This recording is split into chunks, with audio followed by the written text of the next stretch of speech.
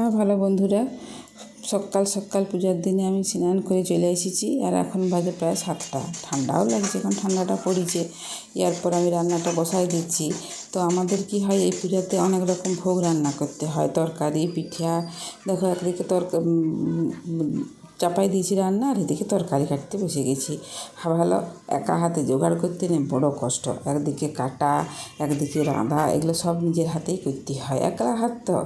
দিয়ে দেখো এরপর আমি এক এক করে বললাম না তোমাদেরকে আগেই যে আমাদের সব পূজায় পিঠা লাগে। হ্যাঁ ভালো, এরপর আমি পিঠাগুলোকে বানাই নিচ্ছি। আর আমাদের সব কিছুতেই পিঠা, তার জন্য পুরো তৈরি করতে হয়। তা দেখো আমি এইভাবে গড়গড়া পিঠাগুলো, এগুলোকে বলা হয় গড়গড়া পিঠা। এই পিঠাগুলোকে আমি বানাই নিচ্ছি। তা আমাদের আরও এক ধরনের পিঠা তৈরি করতে হবে। এরপর পিঠাগুলোকে আমি হাতে তৈরি করেছিলাম, এই দুপুরে সিদ্ধ করে নিয়েছি। এদিকে পায়েসটাও বসাই দিয়েছি। দিয়ে দেখো সব ভোগগুলো আমার রান্না করা হয়ে গেছে। কী কী রান্না করেছি সব তোমাদেরকে পরে দেখাবো। এরপর ওই যে কালকে পিঠাটা ধুয়ে রেখেছিলাম বললাম না, পিঠাটাই লাগবে কি আমাদের। দেখো পিঠাটার উপরে এমনি কেমন পারি একটু আলপনাটা দিয়ে দিলাম। দেখতে একটু ভালো লাগে শুধু পিঠাটার থেকে। এরপর দেখো এখানে আমি কুল পাতা নিয়েছি। এই কুল পাতাগুলো পিঠাটার উপর সাজাই দিচ্ছি। কীভাবে সাজাবো তো, ঠাকুরের জন্য 9টা, ঠাকুরানির জন্য 7টা, আর বাড়ির বড় যদি ছেলে থাকে তার 9টা, আর মেয়ে হলে তার 7টা। এইভাবে সাজাই দিতে হবে। এরপর একটু দেখো একটু একটু করে গোবর ঢেলা দিয়েছি, আর দিয়ে দিচ্ছি দুব্বা ঘাস। এই পূজাটা মূলত কী হয় জানো তো, বাড়ির যে প্রথম সন্তান, সে ছেলে হোক বা মেয়ে হোক, তার উদ্দেশ্যে এই পূজাটা করা হয়। এই জন্য এটাকে পুরা পূজা বলে। অ্যাকচুয়ালি পৌর কথা থেকে এটা অপভ্রংশ হয়ে পুরা কথাটা আসিছে। তো তাও দেখো এরপরে কুল ঢালার উপরে আমি দিয়ে দিচ্ছি একটা করে তোমার দুব্বা ঘাস।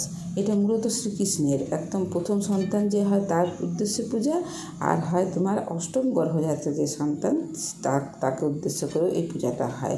তো এটা অষ্টমী তিথি ধরে হয়, তার জন্য দেখো দোল পূর্ণিমা, যে রাস পূর্ণিমা গেল, সেই রাস পূর্ণিমার থেকে অষ্টমী তিথিটাতে এই পুজোটা আমাদের করা হয়। বাড়ির প্রথম সন্তানকে, বা ছেলেই হোক আর মেয়েই হোক, তার সম্মানার্থে তাকে এই পূজাটা করা হয়। নতুন বস্ত্র দিয়ে তাকে ফুলের মালা, চন্দন টিপ পরিয়ে উত্থান থালে উঠিয়ে তারপরে বরণ করে তারপরে এই পুজোটা আমাদের হয়। তো দেখো গোবর ঢেলার পরে আমি দিয়ে দিচ্ছি প্রত্যেকটাতে একটা করে দুব্বা ঘাস, তারপরে দিয়ে দিচ্ছি অল্প অল্প একটু করে হলুদ, তারপরে দিয়ে দেবো অল্প একটু করে সিঁদুর। প্রত্যেকটাতেই যেন পাই এইভাবে একটু একটু করে সিঁদুর দিয়ে এটাকে সাজাতে হবে। এরপর দেখো ভালো দিয়েছি গোটা মেথি দানাটাকেও গুঁড়া করে প্রত্যেকটার উপরে এই গুঁড়োটাকে দিয়ে দিতে হবে। এরপর পুরোহিত মশাই চলে এসেছেন, এবার আমাদের পূজা শুরু হয়ে যাবে। ভালো পুরোটা দেখানো সম্ভব নয়। এর পরেরটা আবার আগামী যে একটা পার্ট থাকবে, সেই পার্টটা পুরোটা দেখাবো না। তো আজকে ভিডিওটা শেষ করছি, টাটা।